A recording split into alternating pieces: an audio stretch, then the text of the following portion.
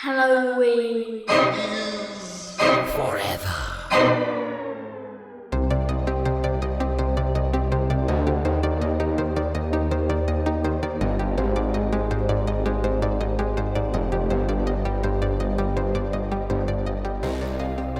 Howdy ho, you spooky ookies. It's your boy Brian. 1/3 of the Halloween is Forever podcast crew. To give you a heads up, this is part 2 of a 2-part episode, which is our big old nasty October John Carpenter Roulette Showdown episode, which is a goddamn mouthful. If you haven't listened to part 1 already, go do that. And I'll give you a little explanation as to why we broke it up into 2 parts. But if you already listened to part 1 and now you're into part 2, you're in the right place. You're about to be introduced to the thrilling conclusion of this episode. It's going to be a blast. Thanks so much, as always, for tuning in. And I'll turn it over to myself. Let's open up this pit. All right. Welcome back. Welcome back. We are about to jump in. Actually, we all took a quick bathroom break, refreshed our drinks. I put on a cardigan. I also grabbed some Bud Light seltzer toasted marshmallow. I refilled my coffee cup of pumpkin. I'm living that fucking cozy boy pumpkin You know what? Those spice life. seltzers might be great in coffee. They might be great mixed with coffee. Well, Steve and I were just talking about Like some espresso? I'd rather die, but I appreciate the suggestion. Steve and I were just talking about this mixed pack. This variety pack is a minefield because the apple one, it's called like crisp apple or something. I forget. It's fine. Totally serviceable. I'm not a seltzer drinker typically either, but Kate really likes seltzers, so she was like, "Oh, we got to do the fall seltzer pack." Okay, so we get it. The pumpkin spice one. The 3 of us were texting last night. It tastes like a fucking candle. It's bad. Steve has warned me that the pear, the maple pear is shit. I'm gonna save that for Steve's movie. I'm gonna do that one last. and I'm about to crack the toasted marshmallow. But listen, I'm living that cozy boy life. I'm looking out the window. Leaves are falling. I'm looking at my bats out on my trees with the falling leaves. I'm feeling real autumnal right now. We are recording on the perfect fall day as far as it's getting chilly. It is rainy. It's dark. I really want to be under a blanket right now. It was a beautiful fall weekend. I'm surprised also. This kit popped in my head when you started talking about the seltzers, is that I'm surprised Budweiser hasn't done a commercial for those seltzers where each sip you get like more fall like. I don't know if you've seen these TikToks where it's like one day after listening to blah blah blah. Yeah. It's kind of like that. And I could just see it's like Brian comes back and he's now in a sweater. Yeah. Come back next time. I've got one of those big round hats. Yeah. And I've completed my full transition into Ashley, ASHLEE. Yeah, have you seen that meme where like that's like the new, like the Karen or Chad and Karens, they're talking like the new like fall version of Chad and Karen is Ashley, ASHLEE. And you've got like the boots, the cardigan and not a cardigan, a poncho. That's that would be the Ashley move. Poncho or vest. Yeah. I don't know if I told you guys in the text message last night. I can't remember with that show I was at last night, which was amazing. But like I witnessed a like heavy metal pit to someone playing the banjo and kazoo. You texted and it was that last the night. most epic thing ever. I'm still wrapping my brain around it 12 hours later. It worked. It didn't read correctly to me either at first because I read it as banjo and kazooie and I'm like, that's weird. Everyone's just hunkered around the PlayStation. Yeah. Playing banjo and kazoo. Okay. Yeah. They opened for Crash Bandicoot. That makes sense. Yeah. And then actually at like 1 a.m. Spyro the Dragon did like a surprise show set at 1 in the morning. And he did a DJ set. Spyro the Dragon would be a DJ. Yeah. Dude, I fuck with Spyro though. In any case, as a transition, we are on to the second movie of our October Showdown, which when we don't get to pick our own movies, as we mentioned, the roulette wheel picked these movies for us. We are much more cordial to one another. We are. I don't think there's going to be yelling this time. It's less attacking. It's less arguing, because it's kind of like the chips fall where they lie. Or it's because my movie we knew didn't have a fucking chance. And Steve's shaking his head yes right now. And now we're about to get into the meat of the issue. Fast forward 20 minutes. I don't know. And Meg and Steve are going to be punching each other in the Here's face. the thing. We knew that Brian wasn't going to win. Yeah. Brian knew that Brian wasn't going to win. I didn't have a horse in the fight. Yeah. My job as the horses champion. you know horse boxing matches, right? Right. You know that old adage from horse boxing. I get it. Yeah. I get it. Yeah. But as the champion, it's my job to convince Brian that my film is the best and Meg's is the worst. Right. This is a 2-horse boxing match. I think that's going to be pretty difficult at this point, Steve.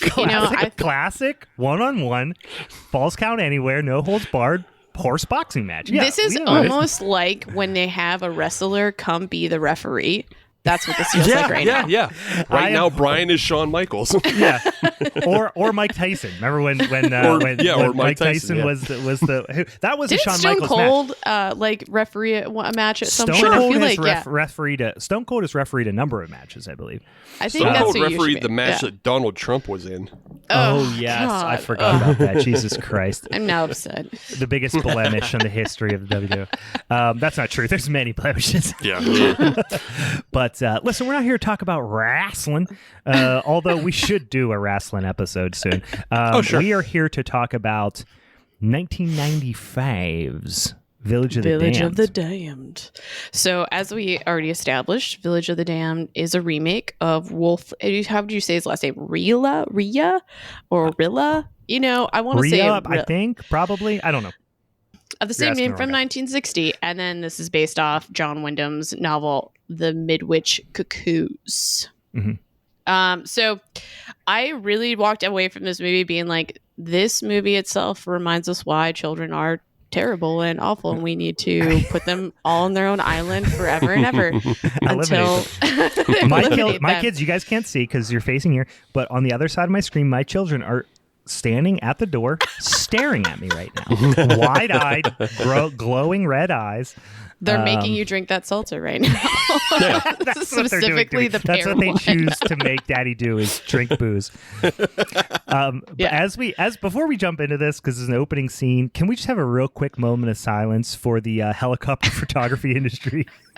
Because I imagine drones have decimated it. Yes. Every time I see a scene at the beginning of a helicopter shot at the beginning, I'm like, this thing costs like $10,000.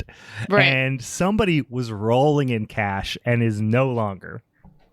But it is only like if you're shooting on 8K, I think. I don't know that drones have gotten to 8K. Okay. But you have to shoot those you have to shoot like crazy formats that need a helicopter. Like if Tarantino decided to shoot 70 millimeter, I think he still needs a helicopter for that. Other than that, it's over. He seems like the kind of guy who would insist on a helicopter. To be honest with you, but sorry, Well, to completely derail you before you even start. I know this is going to happen the whole time. It's fine. Oh, It's you've good. been here before? We've met?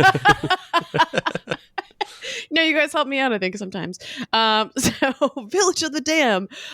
Basic synopsis: a small town's women give birth to unfriendly alien children posing as humans, which I really don't think posing is even the right word, because there's nothing posing. Like they're not doing a good job of posing. They're not. Yeah. We know clearly they're pretty fucked up. So we pretty much start out with the movie. Everyone in the city who's in the city limits, let's be real, something comes over them, basically almost in like a trance-like state. Everyone passes out, which I don't know if you guys noticed. Obviously we see it later, but one thing I think I mentioned that you guys might have missed was that before you realize that one man who fell on the grill was on the grill, that was like one of the first things I was like, did a dude just fall on the grill and they're just like breezing over that right now? Did he Did you see it before the reveal of his I noticed corpse? I saw him like fall on it. I was like, wait, that's good. I don't know if that's going to be a thing, but I'm glad they came back to it, honestly. Yeah, dang, I didn't even notice it. And I think this is only the second time I've seen this movie, but it's the first time I've paid attention to it, I feel like, because I remembered. Never mind. I'm getting ahead of myself. Go ahead. Oh, no, it's fine. I was going to say I remembered liking it. But boom. So we're basically the beginning. We're getting ready for this big festival. We're getting introduced to some of the characters, which the whole lineup is pretty stacked in ways. Like, Mark Hamill, which I'm also kind of curious how he ended up in this whole mix, weird. which is great. He was great. in a bunch of weird shit this time. I mean, he was in the freaking, he was in body bags. The John Carpenter. Oh gosh, what's Showtime? It was Showtime, but it was a.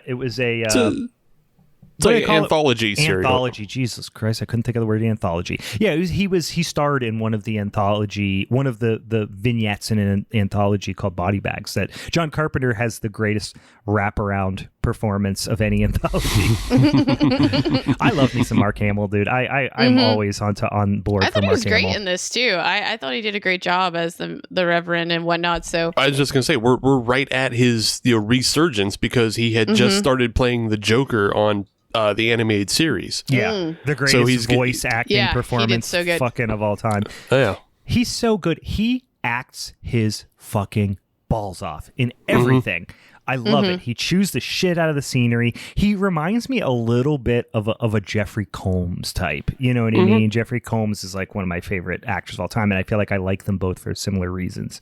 Well, going into so we have Kirstie Alley, which we meet in just a short bit. So after everyone basically passes out and everyone's crashing into shit, the basically government is called in, and Kirstie Alley is leading as Dr. Susan Werner.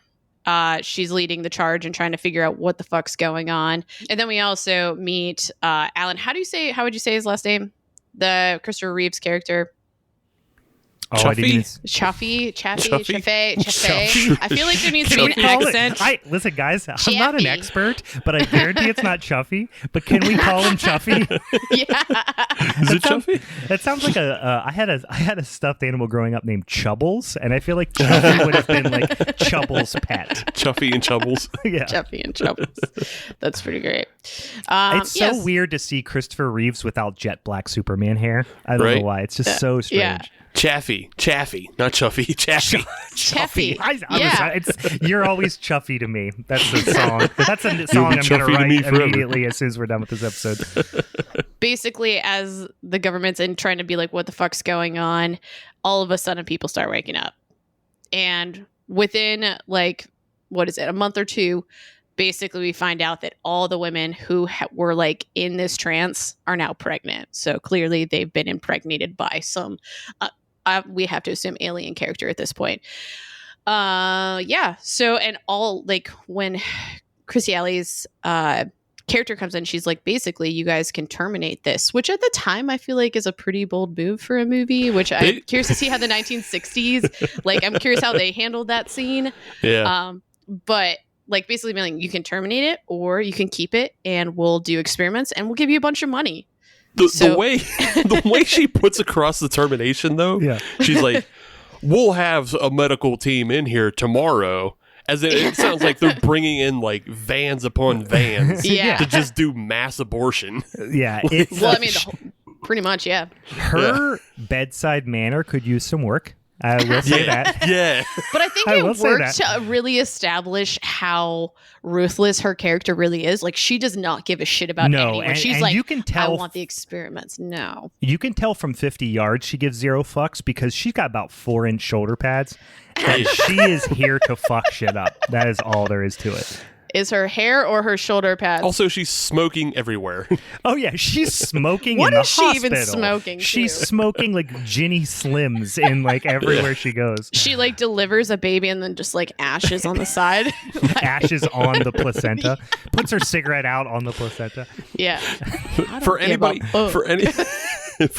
who's probably younger than 25 listening to this right now, before eating the apple was a bad guy trope, we just had everybody smoke. Yeah. And whoever was smoking was the bad guy. Yeah, you're the bad guy. That's how you know.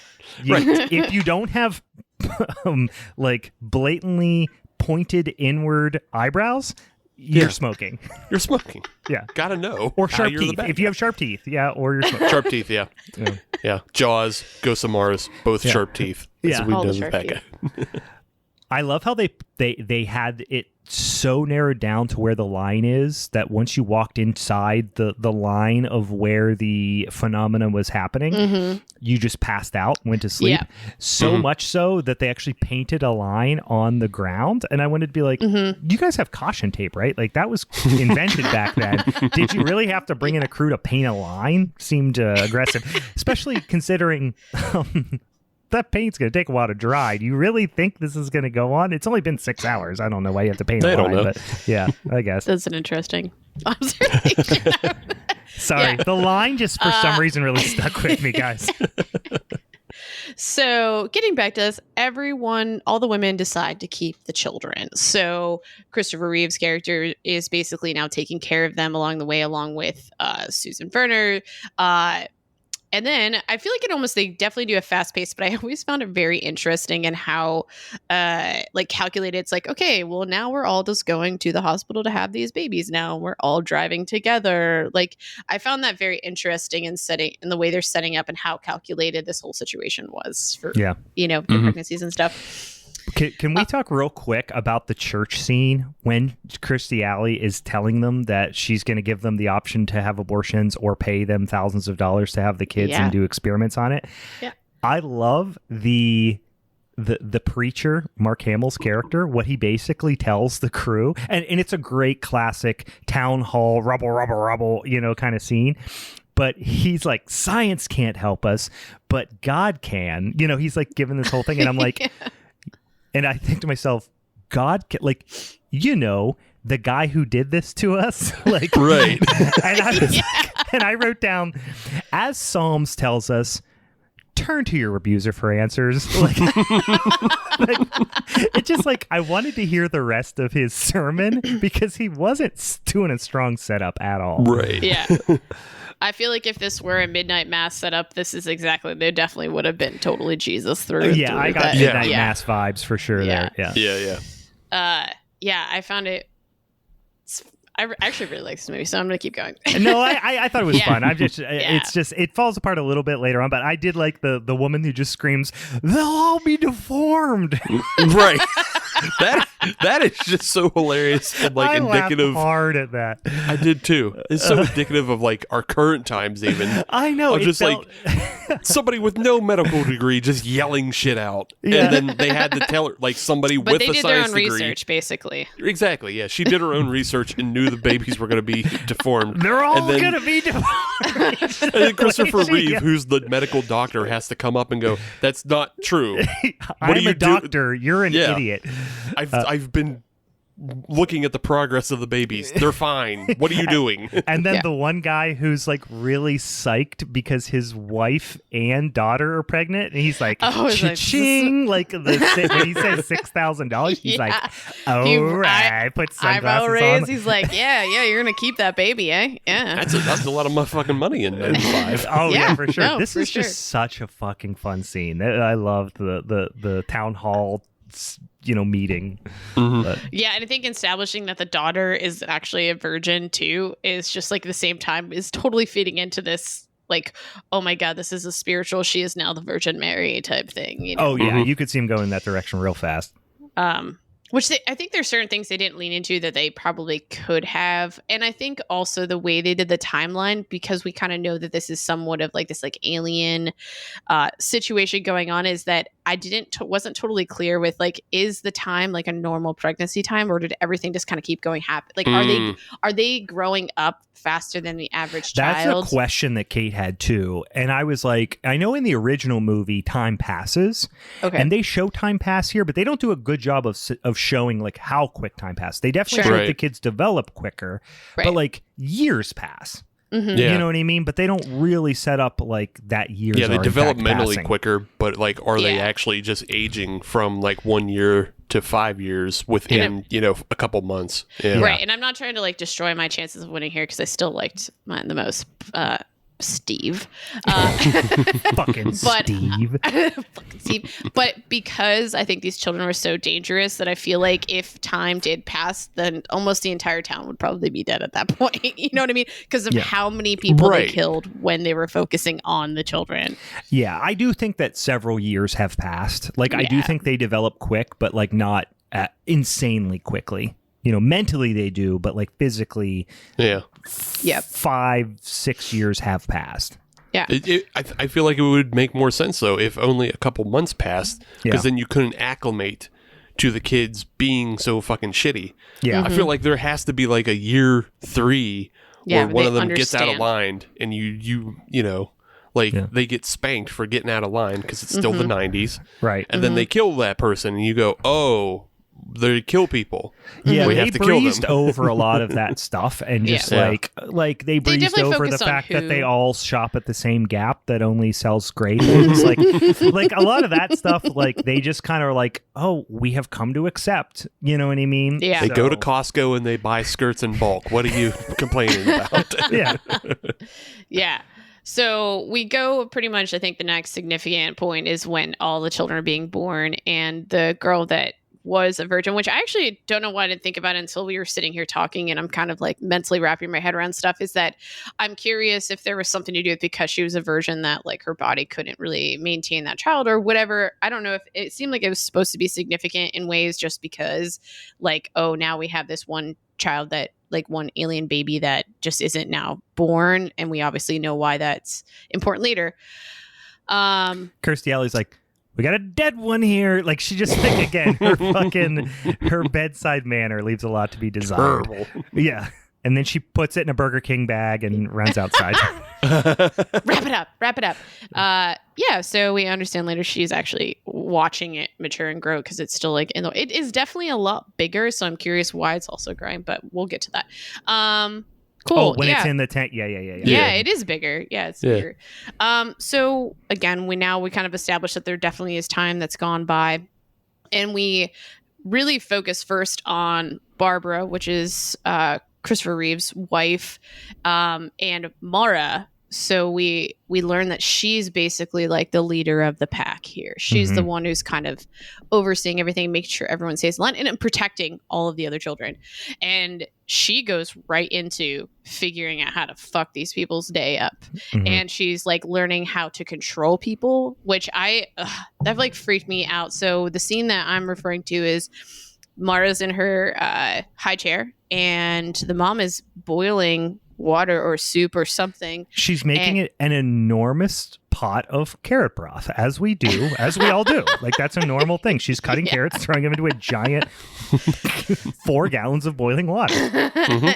And Mara makes her put her hand in it because she's upset about this, which that was like one of the few times where you could tell, like, nothing, like, I don't think Barbara like did anything to Mara, but she's just like, oh, I can control you, so I'm actually going to do something super evil. Whereas I think over time they established that if you try to hurt us, we're going to hurt you. And that survival. Didn't she give her like a taste of soup, and the soup was too hot for the baby or something? Yeah. I took it as, because she threw her like bowl of something on the ground. Yeah. But I took it as she was just learning like the sensory elements of like something being hot, and felt that. And they were trying to demonstrate this idea that like they have no empathy. They just are figuring out the world around them. You know what I mean? And this whole idea of like something being hot. And she thought maybe that she gave them something hot on purpose. I'm not entirely sure. But then she of took course, it as just like, it's like a threat, like almost if like you're coming near, it's just they almost remind me of like maybe some sort of like beehive of sorts, because they kind of all have the same like mind. They have the hive they mind describe, going. Yeah. So it's like if one starts getting hurt in any way or is threatened, it's like, okay, focus on here and we're gonna fucking fuck you up. So I found that interesting, like how much they focused on like Barbara's relationship with Mara, and like even to the point where Barbara's just now super traumatized by this whole situation. And Mara did in theory like control her to then go commit suicide and jump off the cliff. Like, but it wasn't like also one of the few scenes where they weren't in super close proximity to do that control. I took it as she was already considering it, and she kind of not physically speaking, but pushed her over the edge kind of thing to do it. Yeah. I don't know. That's how I took it. Yeah, I just kind of took it actually as like Barbara just like knew something was totally up and then like went and killed herself. But like Maura was able to read her mind as she was killing herself. And then that's like after Barbara jumps, you get that weird like baby in the sky. And that was a weird scene. And then, but then the baby goes to sleep soundly. She's like, oh, Mama's dead. Hell yeah. Well, then she... Hell yeah. Yeah, because she's kind of got this grin on her face, and then she's kind of closes her eyes, then opens back up, and then, the look on her face is, oh, hell yeah. And then she goes back to sleep. It just goes back to sleep. It's like, Mama's dead. Hell yeah. I got that bitch. Yeah. Oh, it was such a weird scene. That kid's face is creepy too, just with even without the weird white hair wig. Yeah. That was just a creepy child, to be honest with you. Definitely. So now we're flash forward a little bit more where you can tell this doctor, Christopher Reeve's character, is like completely distraught and like very dissociated in ways from the child, and just knows that like that child did something, but doesn't really have the proof because nothing physically is happening. But is very clearly distraught and just doing whatever the child wants him to do. And then we really focus more on one of the teachers and the mother of David. And we start seeing David's character like showcase levels of like empathy when he understands that like feeling something's missing from his life, and which is the baby that ended up dying when it was born.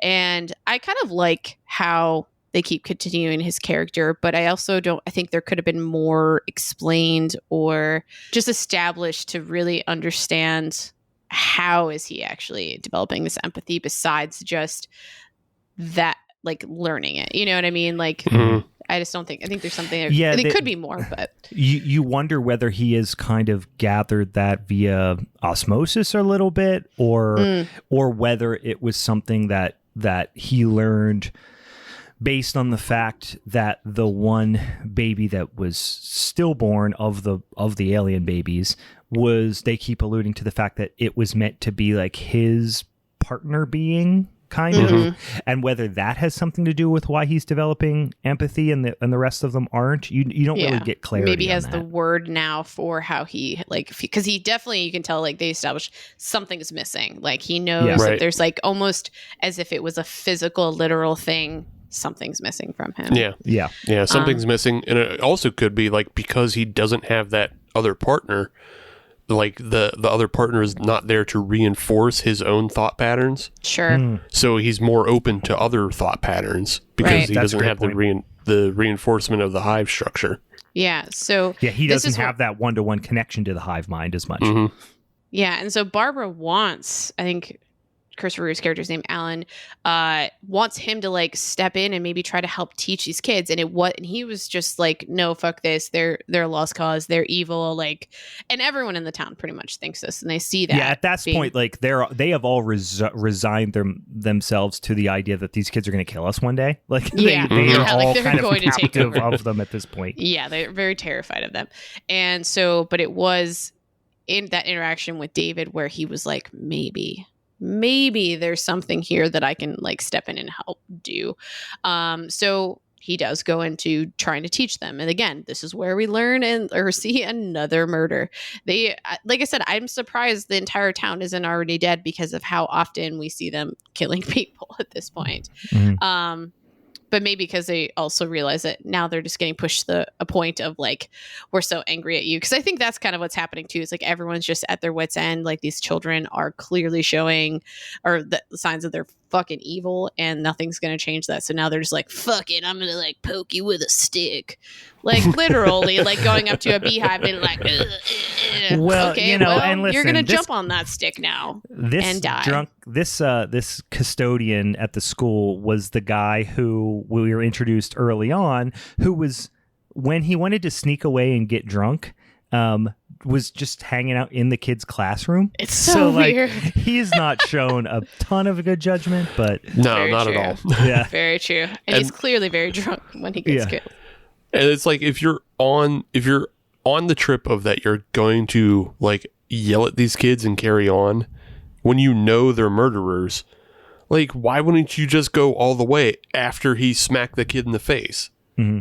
Like, he smacked the kid in the face and then just stopped and like, oh no, I'm in trouble. It's like, right. Nah, at that point, you have to be willing to go all the way. Like, do what you can because you're obviously dead now. Yeah. Like, If you're convinced they are, I took it as like he had enough booze in him to speak up about what he was thinking was the reality, with his suspicions. But then when push comes to shove, he was like, but what if they're just regular weird kids, kind of thing. Yeah. But he gets it pretty good.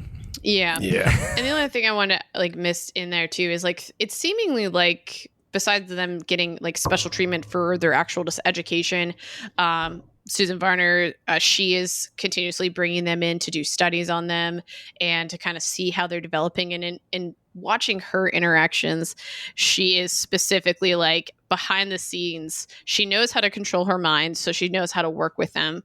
She knows that this is like a huge thing for the government, so she's like definitely feeding the government agencies that are giving her money like, hey, no, this is huge, give us more money, we want to keep studying these kids. But it's all for like, she's not trying to help protect anyone, she is simply just like, this is gonna be huge, this is gonna be crazy, not only for my career but also for studies and stuff like that. So she definitely has ulterior motives, and it's interesting. Yeah, it was funny because like there was like I think it's a scene between her and Christopher Reeve, and he's like confronting her about those ambitions, and like she casually drops the MK Ultra program, and like it's like, we know the CIA gives people LSD without their knowledge, and it's like, yeah, we do know that, but we knew that then. Yeah, she's just like, you have that level of clearance, right? Oh, it's like, you know about the MK Ultra program, right? Yeah. Yeah. But yeah, and then also in one of the days they're studying and they're checking the eyes, that's where we see the eye doctor basically. She basically just gets turned blind because she accidentally puts the wrong drops in one of the kids' eyes, and she just freaks out. And so they're like, now you're getting them. In the kid's defense, as an eye doctor, the one thing you want to avoid doing is destroying people's eyes. So I like how you said that like as if you're an eye doctor. Yeah, an eye doctor. As an eye doctor, what you're going to want to do is not put acid in kids' eyes. Like, honestly, that's number one. Right. That's a Hippocratic oath thing, I think. I feel like it was fair play. Maybe she didn't need to like make her completely blind, but yeah, like don't put acid in kids' eyes. On the first day of optometry school, they're probably like, guys, welcome to optometry school. Here's the things that don't go in eyes: acid, nails, glass, sand, like fire. All bad. Those are all the things you don't put in eyes. And it's she actually missed just like that a poster of do and don't list. Yeah. Things that are bad for eyes, 101. Acid, glass, fire. Fire. Strangely, other eyes. We don't know how it happens, but don't do it. No eye-to-eye contact here. Yeah. Don't put other eyes in eyes. It sounds intuitive. Like you think like eyes and eyes. Yeah, you could put water in a bucket of water. Don't put eyes in eyes. Do not put eyes in eyes. And chapter 2. And next. So I think at this point, this is where things are getting way more serious with, I think, the kids. They're trying to do more. They're like making bigger plans. So they come to find that it was like barn basically. And they're like, we need to protect ourselves. Like we're getting threatened by more and more people. We need to protect ourselves just to kind of maintain status quo here. And that's when they wrap in Dr. Alan Chaffee. I'm going to call him Chaffee from now on point. Sure. Christopher Reeve's character. And they're like, you're doing this and you're going to help us. But also in that moment, it must have been like, I'm trying to think back because again, I only got to watch this through one time. Did Dr. Varner like give any sort of hint on how she does what she does? Because she clearly knows how to block her mind. And I don't know if it for Does him, yeah, they do seem to have a little bit more trouble with her, don't they?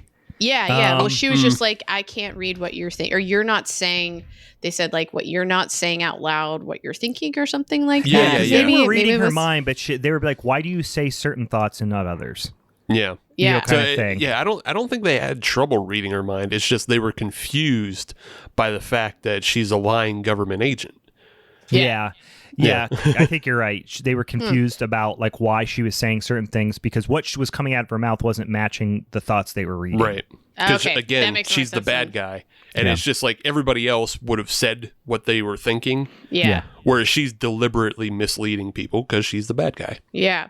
And so Dr. Allen like learns how to just in one moment how to block his mind, which I think is like super critical piece of this whole puzzle because we clearly understand that he uses that against the kids.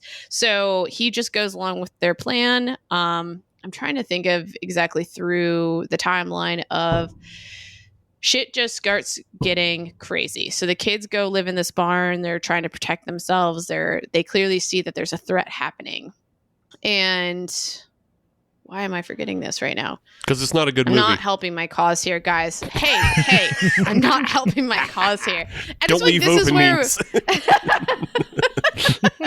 This is where shit's like, I think like a lot more stuff starts happening and we're just like, all of a sudden it goes from 0 to 60 where I'm trying to, can you guys remind me? I don't know if you remember specifically why the government gets called in for that major, all of a sudden shit blows up. I don't know why I'm forgetting this right now. Kirstie Alley reveals that like there's other colonies that this has happened in. Right. And then that they all go bad. Right. Yeah.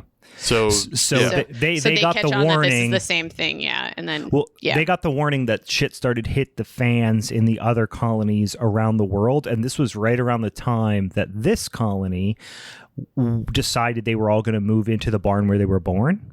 So they had their parents all drop them off with their little briefcases and shit. Like there was literally one of them had a little briefcase. It was hilarious.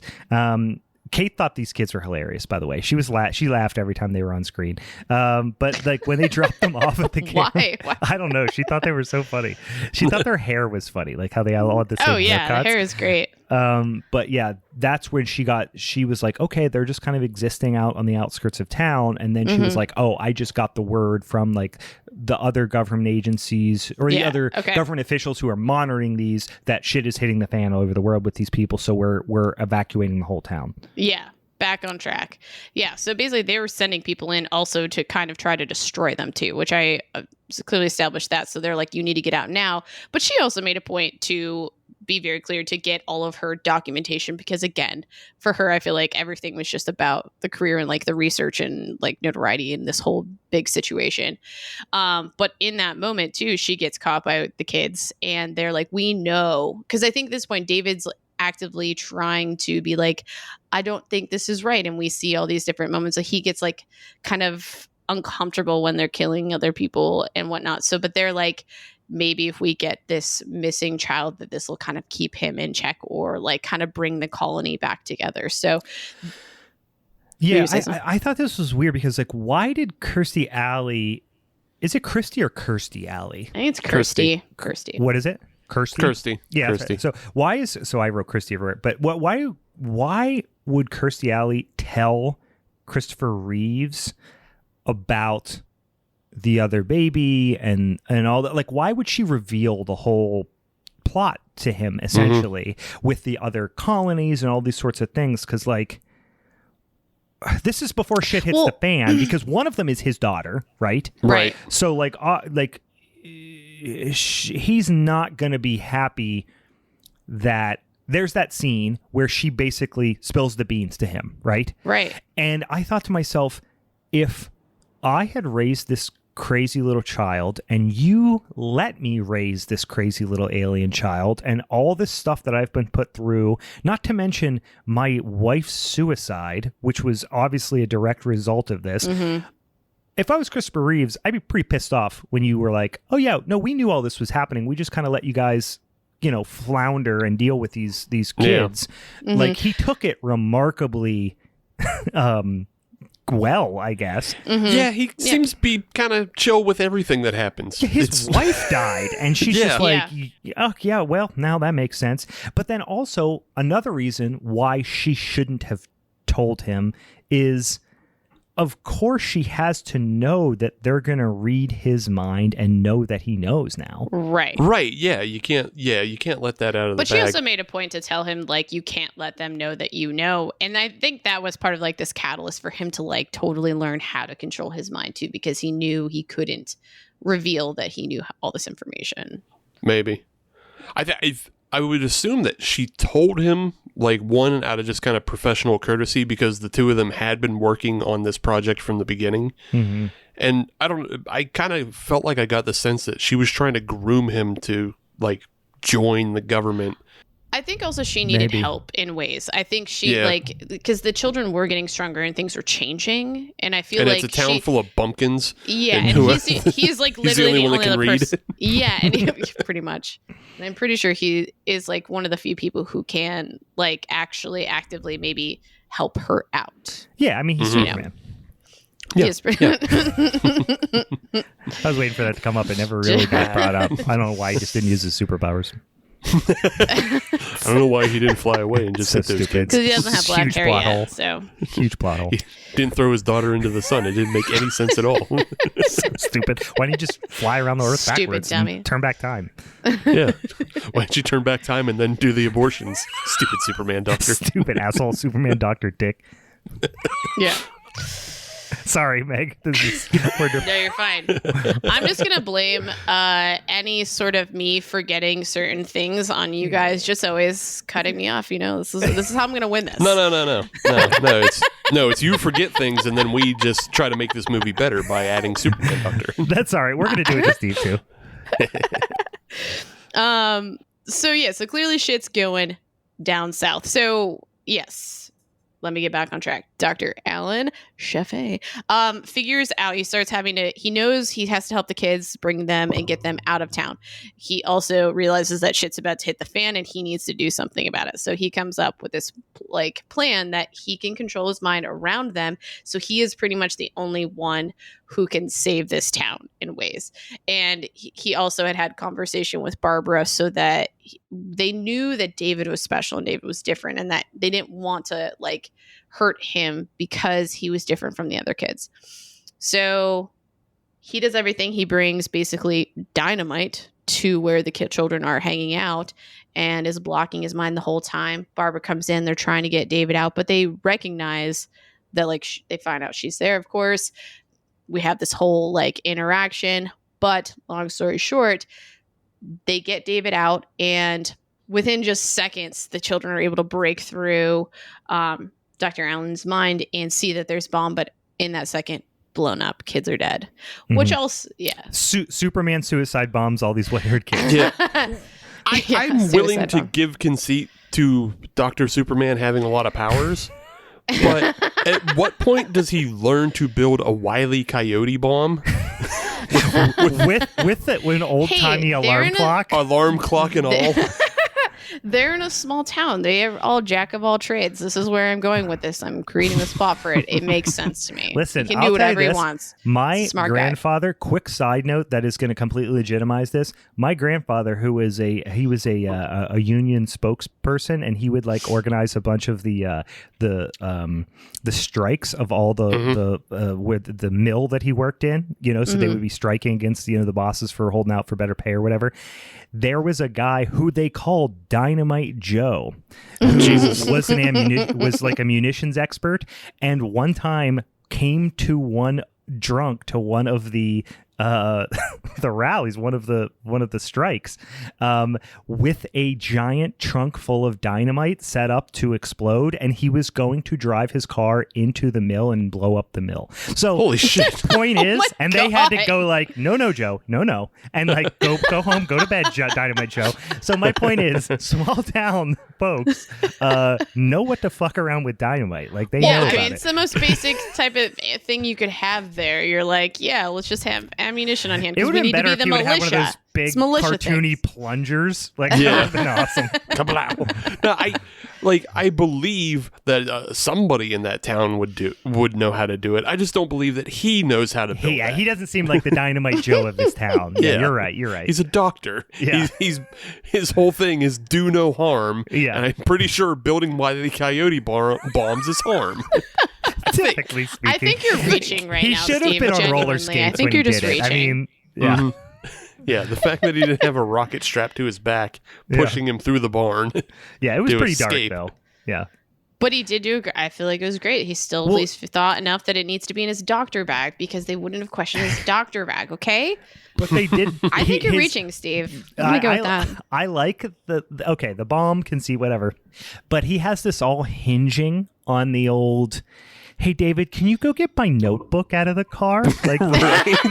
That's his big plan. yeah, I've built a bomb. I'm gonna suicide bomb these alien children. I am Dr. Superman.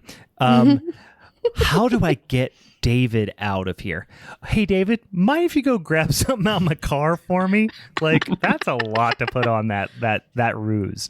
And even in the time period that it would take him to do that, like David isn't going to leave the barn and then go, oh, I get it, wink. Yeah, right. And then stay outside. He's going to go out and then look for a notebook, Yeah, they're not very find it, and literal then come children. back in. They're very literal get, children. Get, Yeah. get goddamn suicide bombs. Right? He goes, I found your notebook, doctor. Let's get on with the lesson. Yeah. And then kablooey. And then they all die anyway. Oh man, that whole like push and pull of them trying to read his mind and him putting up the brick wall and all that, while also, you know, I don't know if you mentioned, but what's her name? The character who was the teacher to start out with. Boy, what's Barbara. Oh, her name? David's Barbara. mother? Barbara Jill. comes in. Yeah, David's mother comes in and is No, trying to that's take Jill. That's Jill, I think. Well, whoever comes Is in it? is trying to No, I take don't think so. David. I'm pretty sure it was the teacher. Yeah, it was Yeah, yeah. Yeah, But I let me- think I'm gonna look this up real Barbara fast, is 'cause I'm- Superman's wife. I Oh, think there yes, were not two. I Barbara. feel like there were two Barbaras. Let me double check. So I'm gonna. If double there check were this two real fast. Barbaras, you lose. This is over if there's two Barbaras. There I'm are sorry. not two Barbaras. No, I know there's not two Barbaras. But yeah, It is Jill. It's David's It's mother. Jill. It's Jill. Yeah. Oh wait, I'm gonna look at her. Yeah, Anyway, because Oh, Linda. Yes. Okay. I was calling her Barbara, so my bad. No, that's right. David's mother. When she comes in and she's trying to take David, and then he's like, "No, over here!" And then they turn to him and try to read his mind. Then it's like, "Grab him!" No, wait, no, now she's gonna grab him. It was like this push and pull. That had to be a bizarre film to shoot yeah. because all these kids just look at you, and then he goes, "Ah!" And he like, you know, it just was such a strange scene to be the climactic scene. Yeah. But I did not remember the suicide bombing of the barn like as a part of this movie. But Yeah, I mean, I think the 5 minutes before that is even more interesting though, where like it's this building of like the cops show up to shoot the kids, yeah, but then like one cop gets turned and starts shooting that cop, and then that more was a cops pretty show up. brutal scene. Yeah, Yeah. and then the military comes and starts. They all turn on each other, right? So Right. it's what Christopher Reeve's character decided, you know, or I guess predicted. He was like, it's going to be a bloodbath. You know what I mean? They're just going to turn everybody against each other. But you know what? If you put a helicopter on screen and you make it crash, show me the crash. Yeah. That's the most Yeah. biggest letdown ever is Yeah. an off-screen helicopter crash. Yeah. There's so many Maybe they good just leave explosions anyway too. yeah, Yeah, they didn't want to but- blow their load on that one. I Apparently, guess. you know? I guess so. But like that would have been the time to do it. That really was, you know, almost the climax of the movie, right? I mean, right after that, it's the climax ended up being the mental struggle between the kids and Christopher Reeves or Dr. Superman, as he's come to be called. But yeah, classic ending. Yeah, Superman is the hero by suicide bombing a bunch of white-haired kids. I mean, you Yep. know, we've all And seen it before. Yeah, and then Not his David, worst plan. of course, Jill and David get away. And they go. So Yeah. yeah, I don't know. I thought it was a fun, interesting movie in that, I don't know, super creepy as well. So I don't know. Yeah, I thought that. I mean, I think that the most effective scene to me was when they return the favor. and autopsy Christy Alley's character, make her perform an autopsy on herself, essentially. That was a pretty creepy scene. A lot of the kills, and because they're essentially making people the happening themselves, you know what I mean? Like, that's what they keep doing to people. A lot of those were fairly effective. Some of them were like, they took it an extra length when they didn't have to. Like, why don't you just make the drunk janitor just do a face plant off the roof, or do, like, you know what I mean? Like, why does he have to hold his mop up to go through his torso? Because he hit the kid with the he hit the kid with the mop. I know, but like, so you have the to get angle that would have to be achieved for that to happen is far fetched. Is all. Same reason of like the guy with the truck, like the one kid's dad who comes to take her, and they make him run. First of all, hot city planning tip, guys. Don't put a giant propane tank at a T right in front of a T on a road. So if somebody blows through the T, they explode. But like, that sort of stuff is just like, you could have just made them drive into a lake. You know what I mean? Like, I get it. Dude, have they never had an icy road at that juncture? It's California. Probably not. No. That's true. But listen, this might be controversial. If I see a group of creepy little white-haired kids all dressed alike walking in a 2 single file lines on the side of the highway by themselves, I'm going to swerve and run them over, guys. I'm sorry. I might be incriminating myself, but that is probably going to happen. Well, hold on. Depends. Are they facing away from you or facing towards you? Because if they're facing towards you, don't take the chance. That's true. I would have to sneak up. Don't make you blow yourself up. Yeah. They would definitely make you do something different.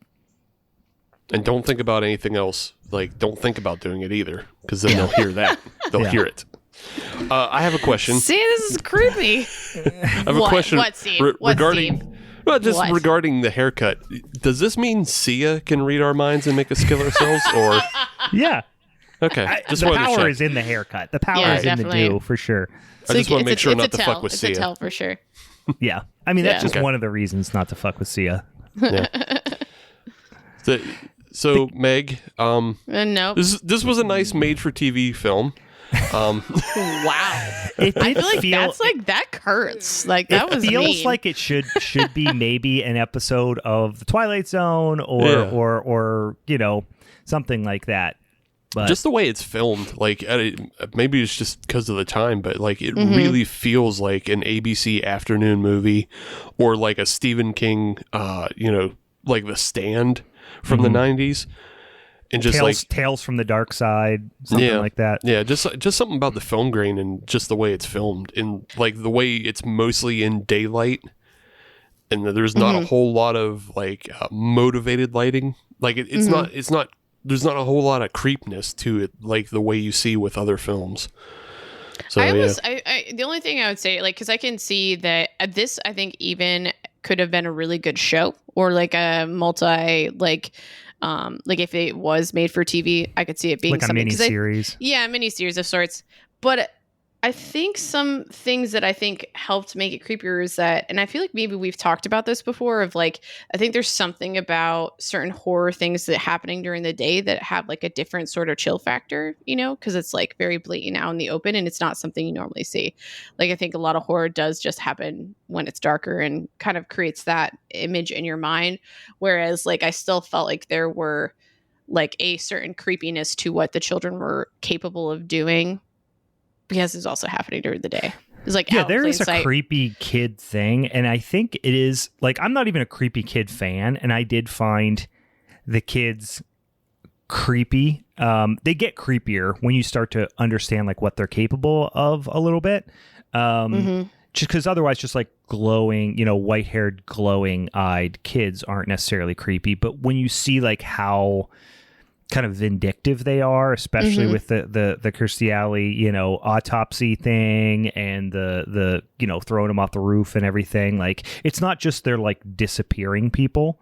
When they start to do like real brutal shit, I'm like, okay, like this is kind of creepy. But I agree. I think it would work better as a TV show, because it has that again, also kind of the Stephen King setup of like an entire village afflicted by this. And I feel like we miss out a lot of what like the other, there's a whole bunch of threads that are just kind of left unpursued, because there's that one woman who like is like, she had the miscarriage and like she's getting drunk all the time. Yeah, she's the one drinking in the graveyard. Yeah. And you didn't get much for her. And I was like, listen, been there, sister. But I did not like getting hammered in a graveyard. But what, like, yeah, we didn't get much more about her at all. Yeah. But you don't get a whole, like, the whole town doesn't feel fleshed out very well at all. No, it seems like there's no one there. Even when like the mob comes to like attack the kids with their torches and 2x4s, and I was like, I know y'all got guns. You're coming out here with 2x4s. Like, what is this? Is this fucking hacksaw Jim Duggan fucking candlelight vigil? Like, what are you guys doing? In defense of that, is like they know it's like they're kids in ways, and even if they know that they're evil, and so you're saying they were bluffing with the torches? No, yeah, I just think they weren't. I just think they're, to a certain extent, why would they bring out their guns? Like, I think it wasn't a full serious thing until that they would actually want to kill these children, but they would rather try to scare them almost in ways, because they're like, you can't scare them. They would know you can't do that. I think it was a torch. Meg, I do not think that was the case. I think they were down to kill the kids. Mark Hamill, the preacher, the most supposed godly person. Yeah, exactly. He went to a gun. Yeah. So there's no way Dynamite Joe wouldn't drive his exploding car into those kids. Absolutely. It's just, it was ill-advised, the mob scene. And when the mob scene is like, and I get it, the town had been evacuated technically at that point, and these were just the hardcore ones that were staying behind that are like, we're not giving our town over to a bunch of crazy Martian babies. But if you're those people, you got guns. You got mad guns. Motherfuckers got guns. Right? Sure. All the other with all the other things that they would have been afraid of at that time, that they would use their guns on. Here's another thing in defense. I'm gonna say why they didn't have guns. I'm gonna keep going with this, guys. I know, you're try.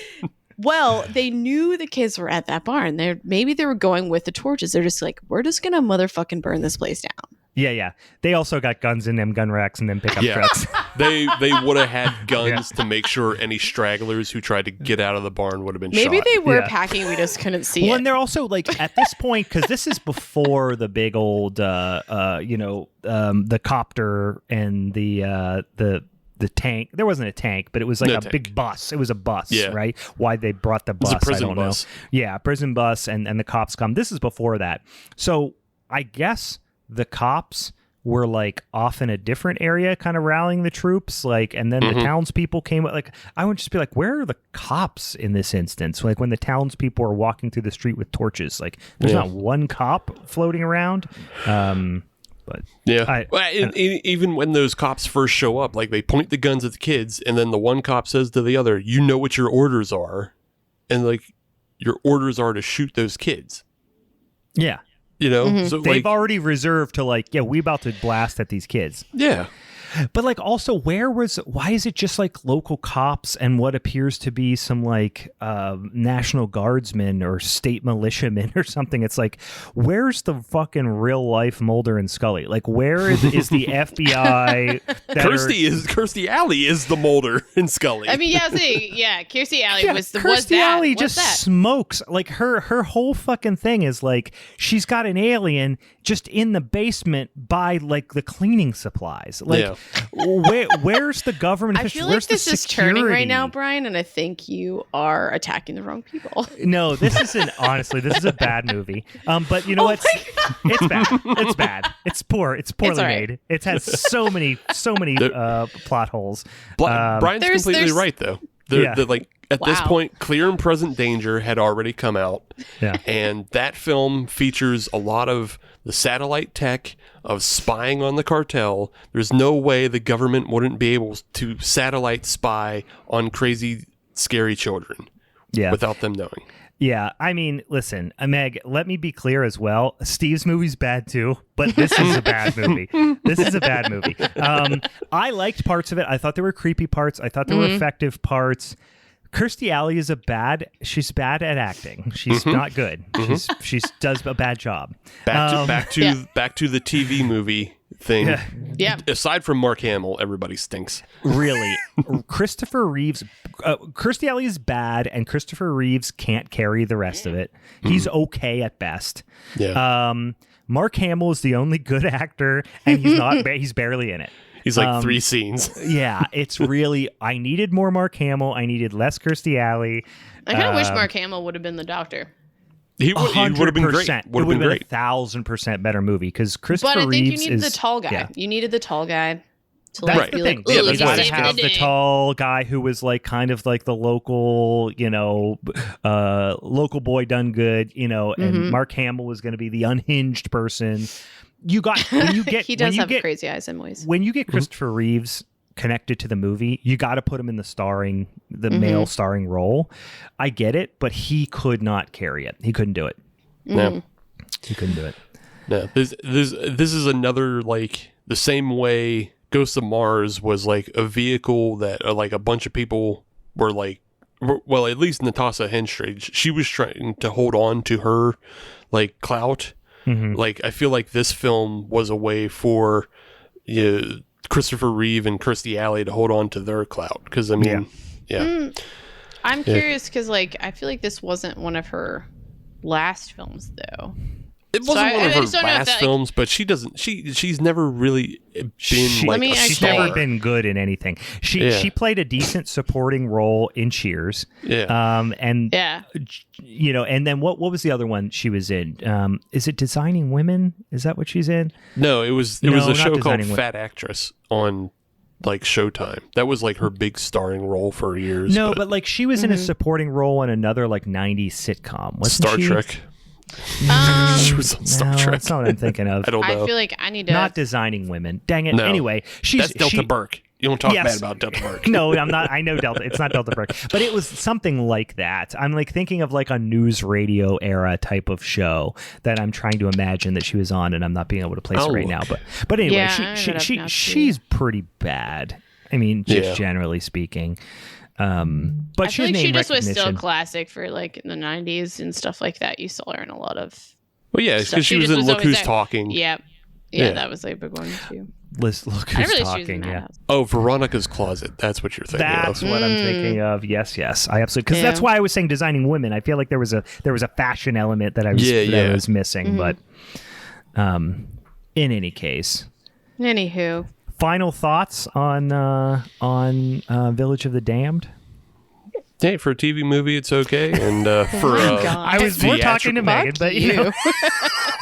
Well, I was waiting on like more so you guys for the final thoughts. I actually walking away from all 3 of these movies like this. I genuinely had fun. I feel like watching this one in ways because I felt like there was like certain creep factors and had more of slight like original plot to it, with like how the kids like how they brought that into it. So but we can dive more into it when I get to talk shit on Steve here in just a few minutes. Wink. The defending champ's going to bring up the rear here with the Ward from 2010. Steve, it's all you. Champ is here. Champ is here. Not for long. We'll see. So yes, The Ward 2010, John Carpenter's last film, so be respectful. Be respectful. It's his last film.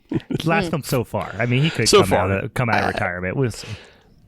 I think he has to. He has to. I feel like he's way into being just kind of a synthwave dude now. Yeah. He does his concerts. He gets to do the music for the new Halloween movies. He just likes to chill, do synthwave, hang out with, what's that one band? Gunship. I'm not familiar. I was going to say LCD Sound System. So no. That's how far off. Yeah, there's a synthwave band called Gunship. Check them out. They're pretty good. They sampled him on one of their tracks. So yeah. That's what he does now. He doesn't do movies. So the Ward is the last one. Yeah. That's it. It's over.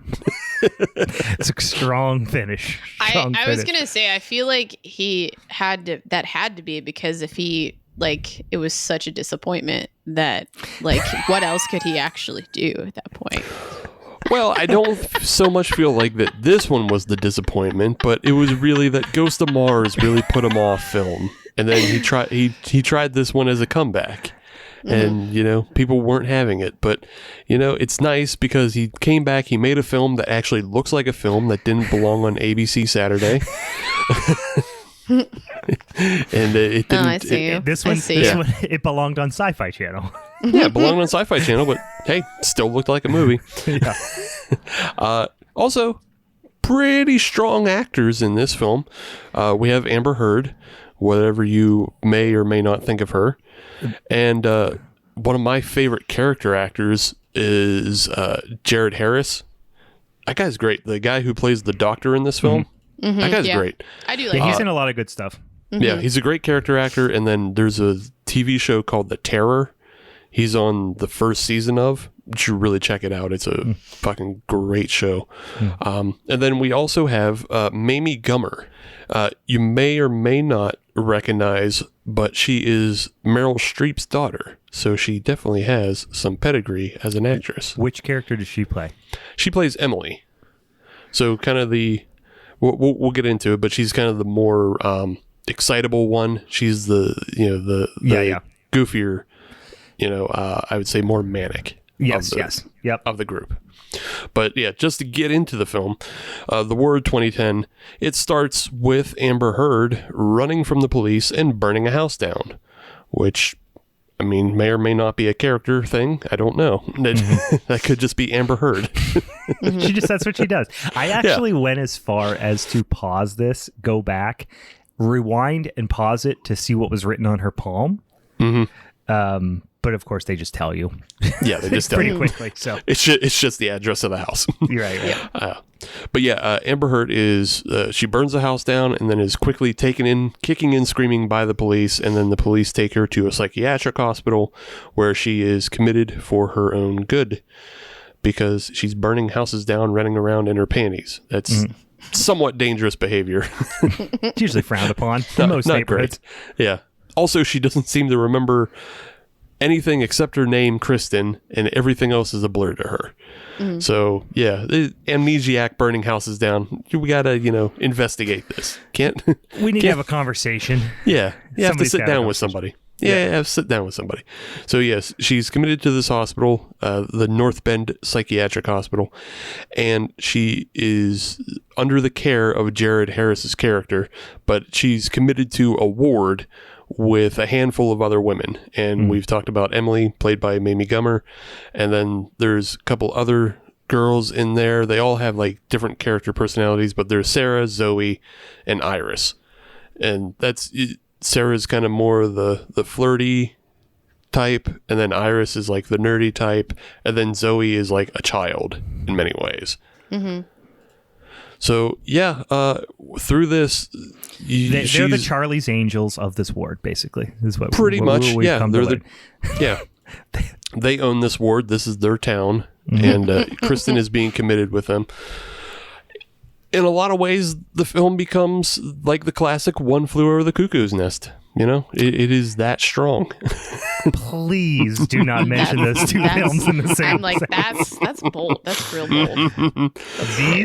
These patients, which it'll come around later as to why maybe you can suspend your disbelief a little bit on this, but they are all way too good looking and way too put together with way too much makeup and way too much hair done up to be patients in this psychiatric hospital, or just even in 1966. There's nobody there's nobody as good looking as Amber Heard in 1966. They just never existed. They didn't make them then. They just didn't make them like that back then. But yeah, that is one of the first kind of most jarring, and it just like even if it wasn't Amber Heard, she's still like not very like distressed or dirty when she's committed. Like her hair is very Hollywood when she. I feel like she legit had dreads. Out of it so hard. Honestly, I thought she had dreads. I was did she just hair come from was a rave? Little bit disheveled looking, but yeah, her makeup was like pristine, and she had just ran through the woods and burned a house down.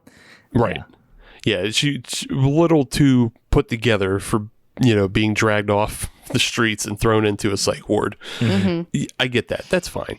But like you said, you can suspend disbelief because of the turn at the end. And that's what we'll go with. We'll lean heavy into that. But back to the analogy of One Flew Over the Cuckoo's Nest, you have an outsider being committed, and she has to, gain favor with the group, and then she does. Like, they become friends, they get to learn about each other, but she's still very much a rebel and trying to escape, much like Jack Nicholson's character was as well. And they both find themselves... This is shameful, Steve. I'm like real upset. You should feel ashamed of yourself to compare these two movies.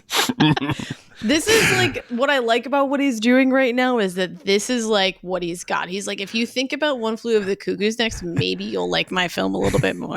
Let's talk about a good movie. Right. Hey, shut up. None of you dummies figured it out to talk about a better movie. I don't have the balls to do it, I guess. You could have very easily talked about better movies. None of you did. When I think about Ghosts of Mars, it immediately takes me to Casablanca, and here is why. You can't say that the Martians are the Nazis. You can't. I'm not letting that. Yeah. But in a lot of ways, there is still just the film it's obviously not great, but it has just a lot of the same kind of hallmarks and trappings of other films that you see that occur in psychological psych hospitals. Mm-hmm.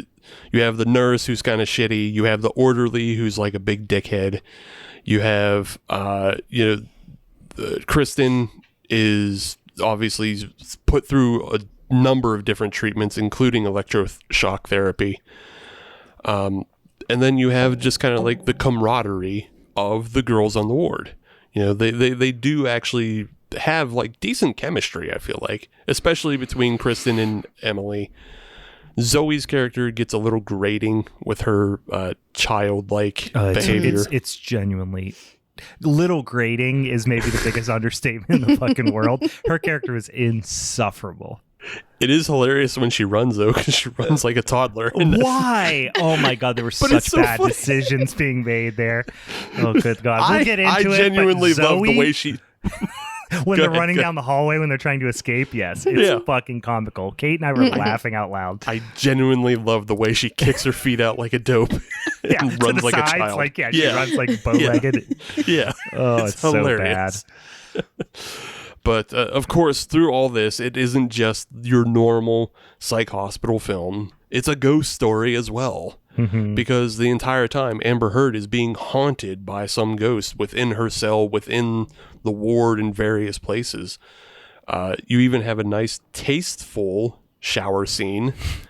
It's tasteful. I suppose it is, yes. For 2010, yes.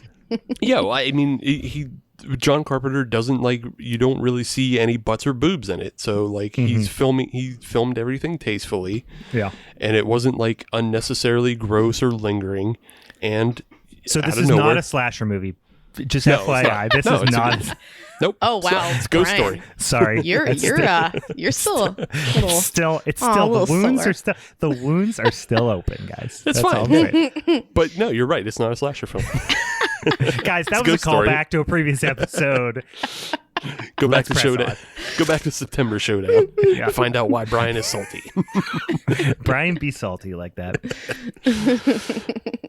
But yeah, the ghost is showing up and attacking her, and she is trying to convince the doctor and the nurse and everybody else involved that she's being attacked and haunted by a ghost on the ward. But they're not having it because they obviously believe that, of course, somebody in a psychiatric hospital is going to have visions of a ghost. That's part of her diagnosis that we now have to put together. So, yeah, generally just kind of put off and ignored. But she, resolves herself to escape, as all strong women would, because, she can't be held down. I'm being held down by no man.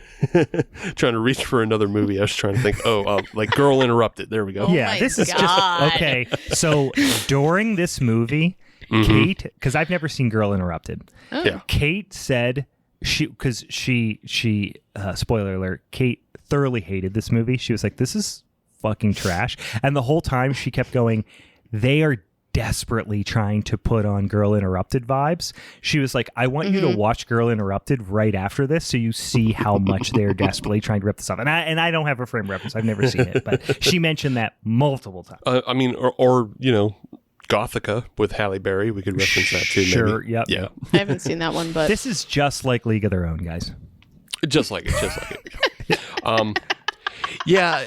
Overall, the film kind of progresses just like half ghost story, half, you know, kind of psychiatric war drama.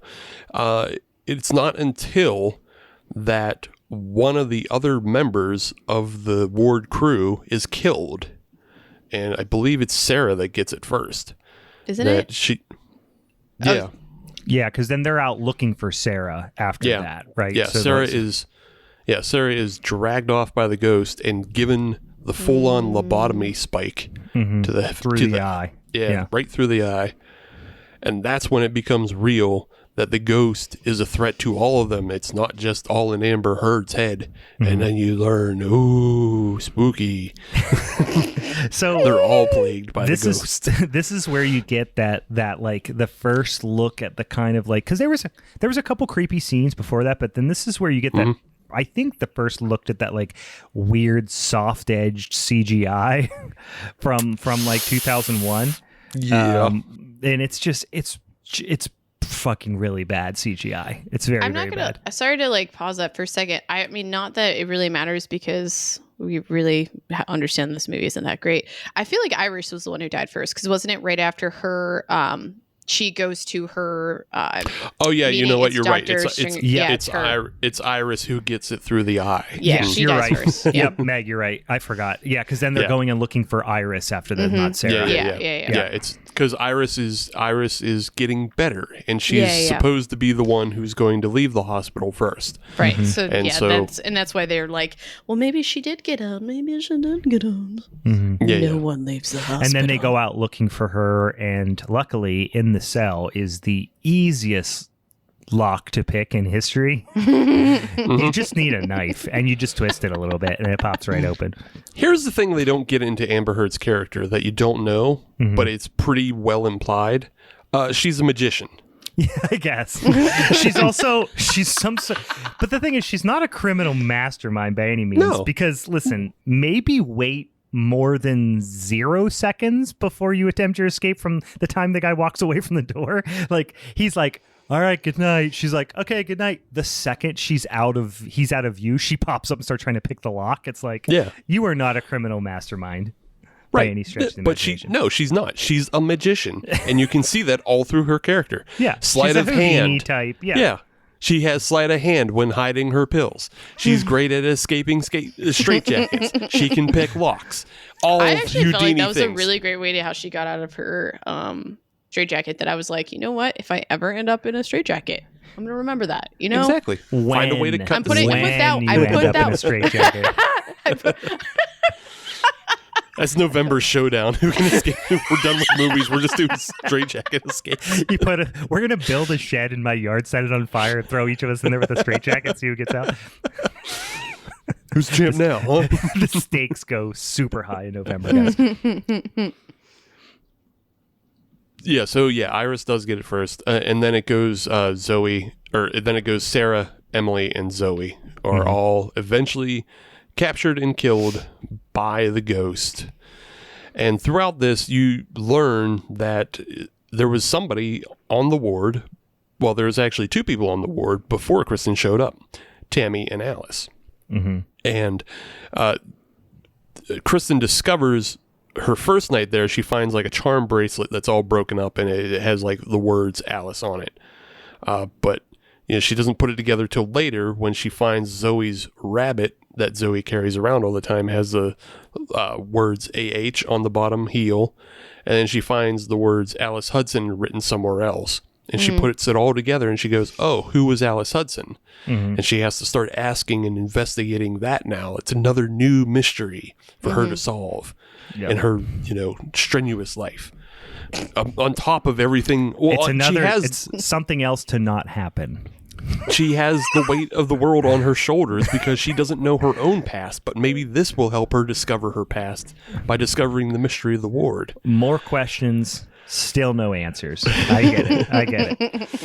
What you find out is that Alice was a member of the ward as well as another female named Tammy. And apparently Alice had been abusing everybody on the ward, Emily, Tammy, Sarah, Zoe, etc. She had been abusing them all, and so they had come up with a plan, much like in Full Metal Jacket, where they punish... Private Pile. Private Pile, yeah. Yeah. Much where they punish Private Pile to keep the group together. Yeah.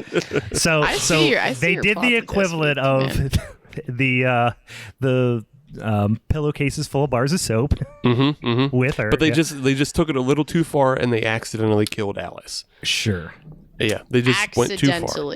Yeah, they went too far, and they killed Alice. It's a pretty aggressive accident. Yes. This is a little aggressive, yeah. They killed Alice, and then Alice is the one that you find is the ghost that's haunting the ward. She had already killed Tammy before Kristen arrived. She's now killed Iris, and she's on that after Sarah's death. That's when Kristen, Emily, and Zoe all decide to escape. And in their grand escape, Emily is killed. It looks like a suicide. So again, the people on the ward are not going to believe her. The nurse and the doctor, they're not going to believe any of this is going on. They can't even find Iris or Sarah. Mm-hmm. And now Emily looks like she's committed suicide. So they have to come up with a plan to escape. And it's one of the great mastermind plans. Mm-hmm. Even though she's not a mastermind overall, she comes up with a great plan to take Zoe hostage to make it look like Zoe's in danger. But Zoe's not in danger. You have to understand. That's how great the plan is. Yeah, it's flawless. It's flawless. No escape. She's just going to walk outside and then go, bye, and just go out into the woods. I love every ounce of what's happening right now because Steve's just using really great words. Yes. He's like, mastermind. So has words. Has Sarah I have the best yet? Words. I have all these words. They're so great. Have we got to Sarah's death with the electrocution? Has she died yet? I kind of passed over it, but yes, that could have been so good. Like you had an opportunity for an exploding head and you didn't do it. I was looking for exploding eyeballs in that one, actually. Anything, exploding head, exploding eyeballs, something. But because you have this buildup of the electrocution and her head, and you see like the blood vessels in her head and stuff, and it just you don't really get the payoff, unfortunately. Yeah, there's not a final payoff. I mean, it was masterful in Carpenter's usage to let people know that there was the electroshock therapy on hand in the ward to begin with. It was masterful foreshadowing. Right. And then to call back, throughout the film, like, oh, this is a dangerous thing, even though in real life it actually isn't that dangerous and is still used. That is honestly the most effective scene maybe of the whole movie for me, which was when she gets the electroshock therapy the first time, because it's just a terrifying, like being completely not in control of yourself and being in a scenario where you don't know what's happening, and then getting this like torturous therapy happening to you kind of out of the blue and stuff, like is a pretty scary proposition. Like that was probably the most effective scene to me. Honestly. Yeah, it was pretty good. And again, like it's something that you don't see a lot in Ghosts of Mars or Village of the Damned. There's a lot of camera movement in this film. I would agree. I would say that was one of the big takeaways I said was, it's definitely well shot. I thought the cinematography was certainly the best of the three films in this one. And I think there's certain things that this one had that are just naturally because of like the progression. Like I felt like even just the acting was better, but I think it's more so crediting that to it being like newer than all three of them too. Yeah. I think people just naturally got challenged to be better and all those things. Yeah. I mean, like Ghosts of Mars is like, again, there's no reason to bash that film that much, but it just kind of feels like Carpenter had given up, and so like he made no attempt to shoot anything other than just flat shots of just like flat widescreen shots like all the time. Whereas like Village of the Damned, you see some like odd camera movements, and he also employs the fisheye a lot because it's the 90s. You know, there's a lot of fisheye lens in that movie. Yeah. It's a fucking Busta Rhymes music video half the time. Yeah. And then in this one, like you're saying, Meg, like, you know, Carpenter does adapt, you know, to the time. And the like the cinematography, it does, at times it's darker and grittier, and other times it does have like, you know, he has more movement about him, and he shoots like closer frames. But also there are some things of the time that aren't great either. Yeah, a couple of things, like the fucking horrific CGI. Yeah. And also, Alice's look is so inconsistent. Like sometimes she looks genuinely cool, and like one of the scenes where she pops up and I think it's when Zoe dies. It's when she pops up and cuts her throat. Was that Zoe? Emily. No, it was Emily. Oh, that was Emily. That one. That's probably the best it looks. Yeah, it looks really cool, and like her eyes are kind of buggy, and it's like it's pretty effective. But then there's other times where she just looks like, you know, kind of a fuzzy, you know, scarecrow mask from Batman Begins almost. Yeah. Like it's in the shower, it looks terrible. It's fucking bad. Yeah, it's real bad. Yeah, I'll concede. It looks terrible in the shower. Yeah, it looks out of place, and like because there isn't a lot of work put into trying to hide what she looks like. So there's not she's hardly ever like hiding in the shadows or anything. Yeah, she just like, kind of pops up. Yeah, when she appears, and like you see it all the way. Honestly, her hands are the worst part. Like when they have the scenes, like she like kind of pulls when up. she's trying to, when she's doing something, and like you're not seeing her face, but you're seeing her hands. Whether it be like putting the electroshock thing on. Again, their names are escaping me, but you know, on the one Sarah on the one patient or whatever, her hands, and they're trying to do this kind of almost like there's bugs under her skin kind of movement, and it just looks so PlayStation 2. Like it just looks like shit. Yeah, it doesn't look great. They should have just went with like more practical like goopiness. Yeah, just fucking do practical hands. That's easy to do. Yeah. Well, I mean, the hands were practical, but it's like when they did that overlay of the like underskin worms. Yeah, that was bad. They should have just like added more goop to like just put like weird fucking bandages or whatever on her hands. Honestly, even if it would have been an old school shitty like bladder effect, that probably would have been more effective than the weird CGI bugs or worms under the skin or whatever. Right. Yeah. Yeah, some of it doesn't work. Some of it is effective. So it kind of goes back and forth. But on the escape, Zoe and Kristen, they don't make it all the way out of the hospital. They get pretty close, but unfortunately, you know, she doesn't plan her route very well.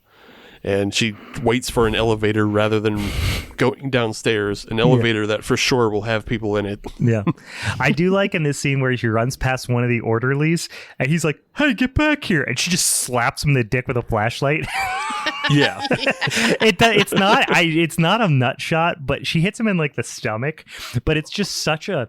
They're just running back, and one of the orderlies, he's not the main orderly that has come to like, you know, that we've come to know a little bit. It's just a random guy in a white jumpsuit. He steps out in a doorway and goes, "Hey, get back here." And she just kind of like smacks him, not hard, just kind of smacks him in the stomach with a flashlight, and he just like, and I just love that scene because I just like to imagine that she nut tapped him with the flashlight as he came out the door. And that's the take they kept because it was the most real reaction. That at this point she gets Kristen is sedated and then put into a straitjacket, and she has to make another daring escape, which she does with an amazing, you know, Houdini-like straitjacket escape. Sure. That nobody could expect, because, again, she's a magician. Her and Zoe go on the run again, and they find themselves in the basement, at what point they try to escape via dumbwaiter back up and she sends Zoe on her way, and Zoe is taken, disappears, and Kristen has to investigate this. It leads her to the office of the doctor, where this is where, hey, a turn and then another turn happens. You get the turn, you think, oh, maybe the doctor was evil the entire time.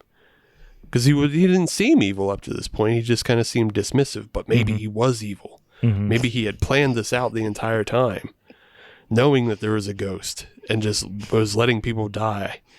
But oh no, the second turn is that you find out. You don't even buy what you're saying. That's what I love about this. No, I totally do. The second turn is that really everybody, this is a big reveal. Everybody who's on the ward was actually the multiple personalities of Alice. And they're using radical therapy to re-merge all of her personalities into one. And that Alice really isn't a ghost. Alice is the original mind absorbing everybody back into her to be whole again. Right. Yeah. Yep. Yep. They have it's kind of a nice happy ending. I like it.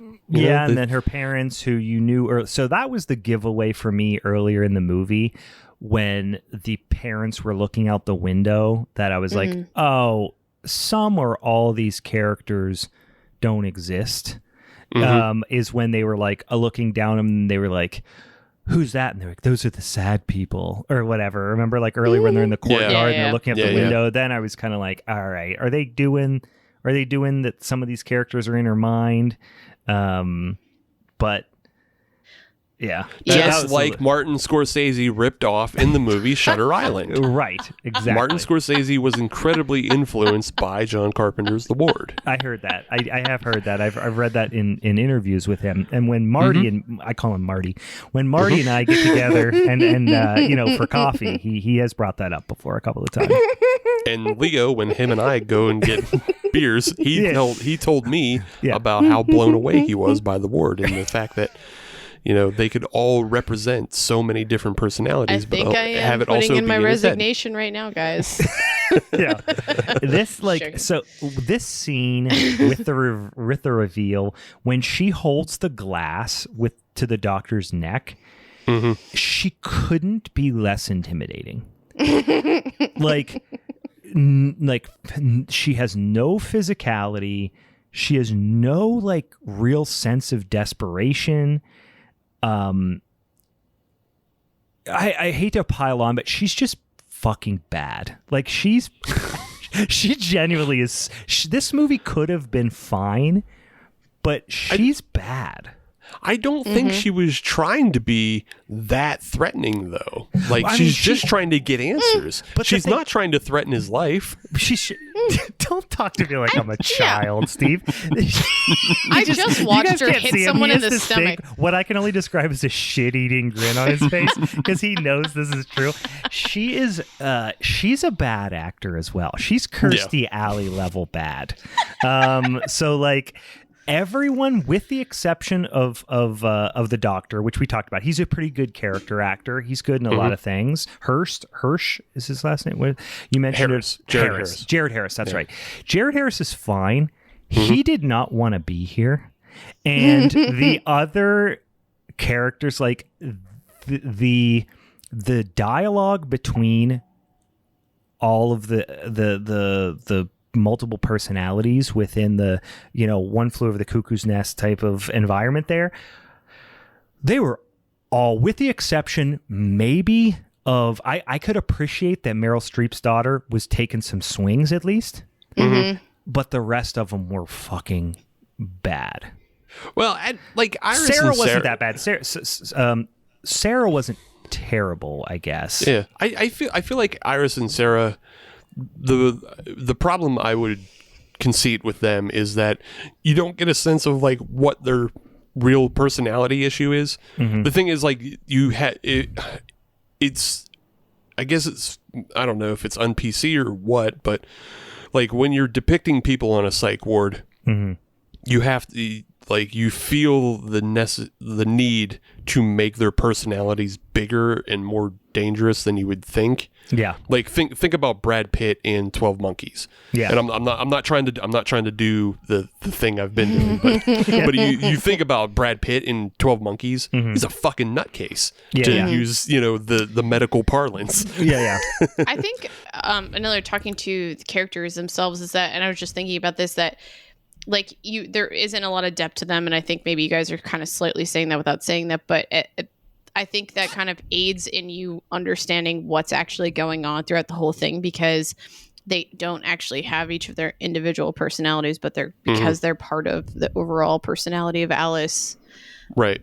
But I mean, you get the sense from Zoe, like, she's kind of the Arrested Development part of Alice. Like, she's still a child. Yeah. No, I'm not saying that, but I mean, like, as far as, like, I don't think there's a lot of things that are very exciting or interesting about all of them. They were very distinct in trying to showcase each one is different, but you still don't know much about anything, so you also don't even care what happens to them in ways. Yeah. Yeah, they're just killer fodder, basically. They're ghost fodder. Yeah. Yeah. I mean, Iris is sort of an artist, but Sarah is not very, like, her character isn't very strong. And then Mamie Gummer, like, her performance as Emily, it's interesting and it's fun at times. Like, she does take some big swings, and like that whole, like, when she paints on the smiley face. Yeah, for group therapy, like she's trying to put on a happy air, but she is definitely the most stereotypical of, like, a mentally ill person in a psych ward type environment. So, like, I get that, but so yeah, you could find that realistic or unrealistic, depending on how you look at it. But at least it was like a slightly interesting performance. Right. And even in the end, like, they part of Kristen's discovery is she reads the doctor's notes, and the doctor has them all listed, like, the different personalities. He has them listed as, like, how they fit into Alice's whole personality. So Emily is listed as the id, which is, old Freudian like psychology. Right. And then, like, he has Iris as the artist, Kristen is the survivor, and then, like, the other ones are, I don't know. I don't remember them offhand, but yeah. So you can see how they're not, like Meg is saying, they're not fully formed people, so they're not fully formed characters because they all fit into one person. Yeah, but I still feel like they could have. I don't know what they could have done, but I feel like with this whole overall situation, it was easy. It's easy to tell, like, what the ending is going to be, because you're talking about, we're already in, like, this psych ward situation. So we're talking about mental illness of sorts. So what could we possibly be talking about in this horror situation? And that's where I feel like this movie had, like, its weakness was in that, like, the predictability. I feel like the only thing that stood out is, like, it had some good jumps, like, but the way they did things, but there's a lot of predictability to it. So questions. Were the staff of the ward, the doctor and the orderlies and the nurse and all this stuff, were they writing each of her personalities' names on the doors? Or was that something she was imagining? Or because why would they have known to cross out Tammy? And it might have been it might have been something that she did herself. Yeah, maybe. But then they also had to play know. Along, almost. Yeah. I mean, I get it to play along, but how would they know Tammy is gone? I think maybe if she doesn't, because the whole thing of, like, while the doctor's trying to get all of these personalities to regress and go back into Alice, I think if Tammy just doesn't pop up anymore, or if one of the other, because you don't see it because Tammy's already dead by the time Kristen gets in there, but maybe one of the other personalities had said Tammy was dead. Right. Perhaps. In therapy. Or she's gone, because that's kind of, like, been the thing where they start asking question, where is this person? Right. They say it over and over and over again, so that could be the one tell for the doctors, like, they could. If they're asking where's Iris, then they know maybe Iris is gone at that point. I can accept that. Why do they have an entire wing of the hospital designated to one patient? Like, I'm pretty sure that's not how hospitals work. Again, nope. I'm picking away. I don't mean to keep defending this dude because I just I feel like the only thing missing is that he was so adamant on this was such an experimental thing that he was working on that he could probably have justified having a dedicated wing so he could do his experiment and have money put towards it. You know what I mean? That's the only reason. So yeah, and also again, if you're dealing with if the way it's working is that she presents in different personalities, then give all those personalities a room, then she's probably sleeping in those rooms in different days. Could be. I'm just thinking of the logistics of the hospital, and I'm like, I know what you're saying. If she is a proven violent patient, and you have one patient on the entire ward with at least 3 people designated specifically to them, how are you letting her escape? You know what I mean? It's not like you're getting lost in the mix of multiple patients. I don't know. It's just so I guess what I'm ultimately getting to here is it is the big reveal. The whole movie hinges on the big reveal, right? The movie doesn't make a goddamn lick of sense, and the characters aren't developed and all these types of things, all these shortcomings of the movie. And there's a lot of movies like this. This isn't just one of them. This isn't the one of them. There's tons of them that are like this, where it's there's all these plot holes, there's all these missteps, there's bad character development, there's all these negative things that all get explained for the most part by the twist ending. Mm-hmm. Are you supposed to go back and feel better about all the movie was bad up till this point, and then you're like, oh, twist ending, but now all that stuff that you didn't enjoy about this movie kind of makes a little bit more sense, and it's damage is done. You know what I mean? The movie sucked. You can't go back and retroactively make the movie not suck with a reveal. You know what I mean? And I feel like when you have a movie that hinges so heavily on a big twist reveal like this, I feel like some of the M. Night Shyamalan movies kind of fall in. It's he does a better job in some instances, in The Village and stuff like that, but or The Town, The Village, The Town, what's it called? The Village, right? Village. Some of those ones, it's there's a big, you're kind of upset that so much of the movie hinged on the reveal, but at least it was on the way there was fun. You know what I mean? This is it hinges on this big reveal, but it's we've watched an hour and 25 minutes of a kind of shitty movie to get to a reveal that isn't going to undo the hour and 25 minutes of shittiness. Sure. But you know what? I think overall the ending, I like the way the ending is actually strangely uplifting. Yeah, it wasn't a bad ending. The ending was to me was better than the rest of the movie. Right. But I watched an hour and 25 minutes to watch 10 minutes of okay. It's like with Ghost of Mars when you watched an hour and whatever of shit, and then you finished with turbo shit. You know what I mean? It's you go in the other opposite direction. So. Oh, the only thing I was going to add is that I'll be the wild card here and say I didn't love the ending in that, because it almost was just we have all of these things that keep happening and then it's just super resolved, and maybe it's just a personal preference of mine that I feel a better at a situation, because I feel that's not always how that type of stuff works. Especially when you have multiple personalities. But so I feel I would have probably appreciated more if there was just somehow this twist where she one of her personalities came out. Oh, but Meg, you're completely forgetting the complete end of the film, are you? Wait, am I forgetting You're this? absolutely forgetting. So, okay, so the end of the film is that the personalities are resolved and Alice gets her life back. And you find what I particularly like is that even though you had all those tropes early on that the doctor might be evil or is indifferent. Oh, I remember this now. Yeah, because they open the fucking thing and then she jumps out. Okay, now I remember this now. Yeah, okay. Listen, I like an end on a jump scare. I was okay with that.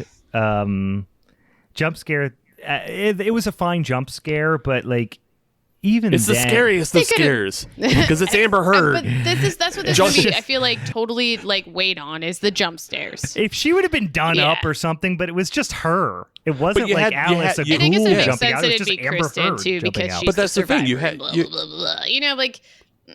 Right, but you had all those tropes that the the doctors were possibly evil. But no, it comes, real wholehearted, everybody gets to survive, everybody's happy. Nobody actually died.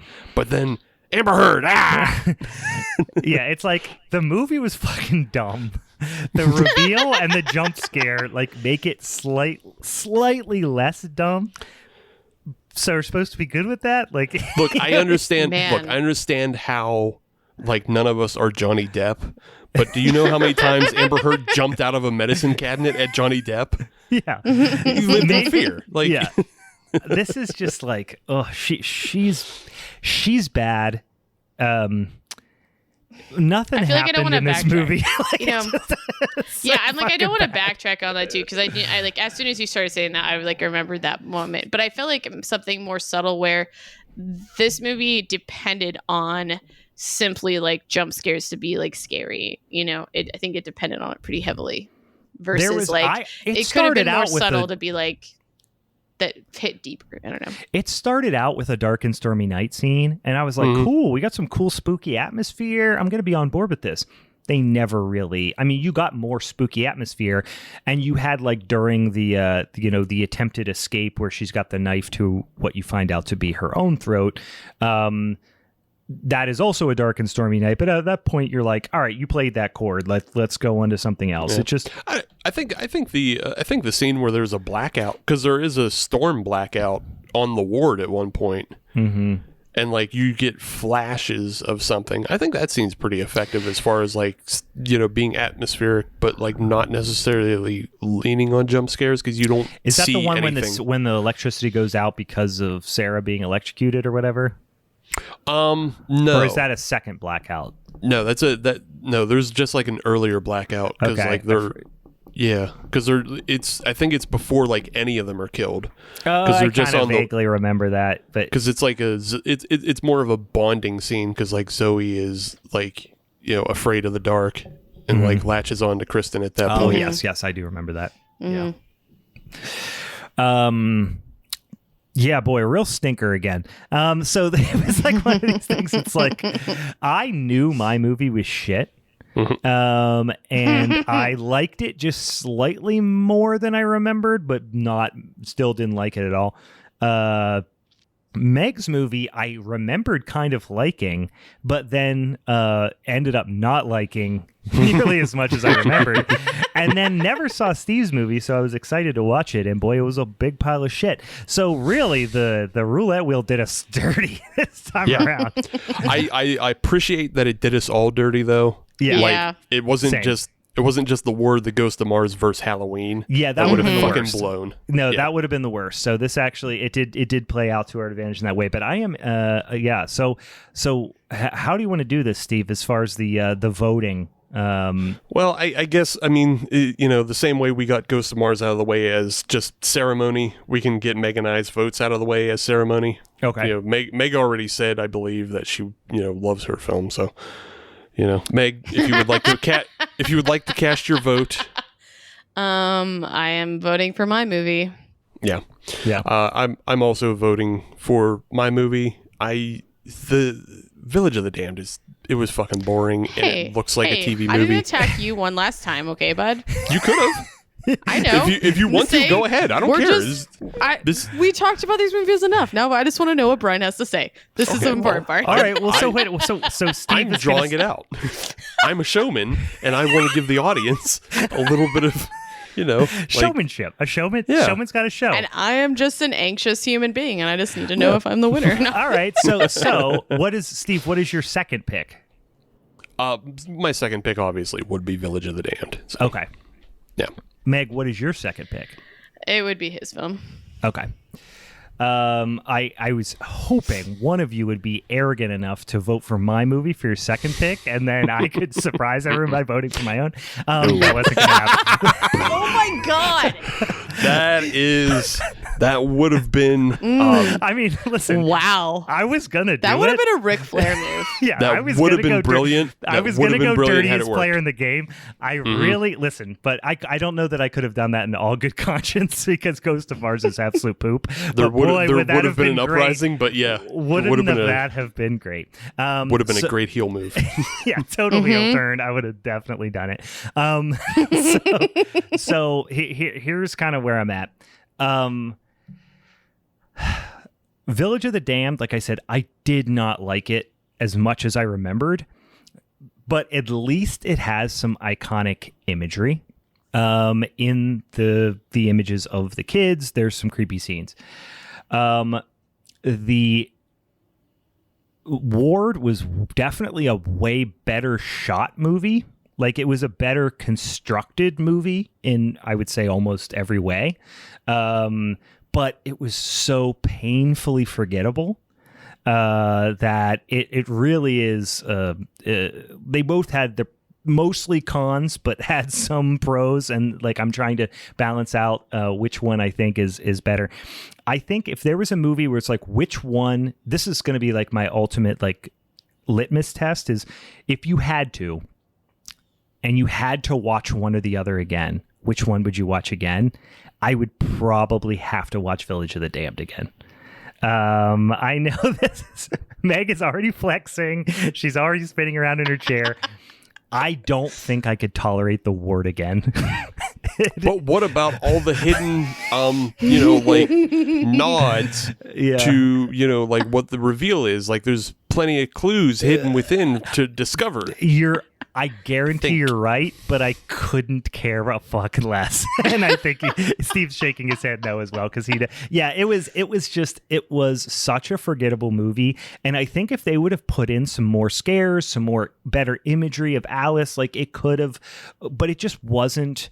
There wasn't enough there. I remember looking at my phone like 48 minutes in, and I'm like, nothing has happened in this movie. So it was a fucking slog. And the performances were just bad. And at least, honestly, Mark Hamill might have saved Village of the Damned. I don't know. But I can't really be mad or fault or be angry about this. Just because. Village of the Damned, even though as fucking boring as it is, it does have explosions. So the movie went not as quicker. many as Ghost of Mars. But Like I watched both Ghost of Mars, frankly, and Village of the Damned. I watched them. I was like, okay, these are like moving along pretty well. The Ward was a slog for me, and it was only an hour and 35 minutes long. But it felt like it was a couple hours long.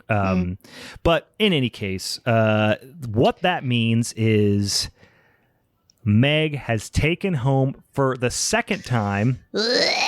You know what? First time since the first Showdown episode, Meg has taken home the strap. I need this. I need it. I need to carry it around every single day with me, and I'm going to do that. Next week, we will hopefully get the chance to record in person. Meg will get her strap. Now, here's the question, and I don't mean to put you on the spot, because if the answer is no, that's fine, because I did the very same thing. But do you have a punishment movie in line for us, or are you still milling that one around in your brain? Were you prepared to win today? Yeah. No, but you know what? I think what I do choose might surprise you guys. All right. We'll go with that. That's what I'm going to respond with. Very Joe Dirt. Interesting. Joe Dirt, yeah. Joe Dirt Day. Let's do this. So, we are wrapping up the old October Showdown. John Carpenter, what we should have actually referred to as John Carpenter's 3 worst movies Showdown. But it was a lot of fun, and at least it was at least like I said, XD said, it would have been worse if it was like the Ward, Ghosts of Mars, and then somebody got The Thing, because then it's like what's going to happen no matter what. Why would you listen to this? right. So it was a lot of fun discussing these three genuinely pretty fucking dumb movies. If you're a fan of any of these flicks, like I said, when I posted about Ghost of Mars, there were plenty of people who were standing Ghost of Mars. I'm sure that'll be the case with Village of the Damned. I guarantee there's a bunch of people who dig Village of the Damned. I want to watch it again. I want to watch it again after like us talking about it again, because like I said, after watching it the first, I'm like, I don't hate this. I just don't dislike it, Yeah, I'm interested to see, and maybe we'll put out a poll this week too, like once the episode's out a little bit, like, hey, did we get it right kind of thing? What's your favorite of those three movies? Because I would be surprised, and I gotta feel probably just not nearly as many people have seen The Ward, because it's the newest one, and it really just was not released to very much fanfare. It's not streaming anywhere besides. It's hard to find. Yeah, I literally had to pay at like $4 on YouTube to watch it, I think. So it's not like I imagine way fewer people have actually seen it, but I was a little surprised, because I feel like that was around the time when I was really starting to get into horror, and I was watching stuff that was like a little bit newer at that time. So I was a little surprised that it hadn't come across my plate yet. This for sure is a Redbox film. Yeah. Like I don't think it hit theaters, but it's one of those things that like it's a new release, and like I've never heard of it, but I remember when it came out to really, it was really poorly reviewed, and it just like people did not like it. I know John Carpenter, I don't think is like a huge fan of it. I don't want to speak for a bit. Like I feel like he wasn't particularly thrilled about the whole thing. So it was kind of one of those ones where I was just like, oh yeah, this is going to be another Ghost of Mars level flop. So I just never even saw it when it came out. So, But so next week's mini-sode, we are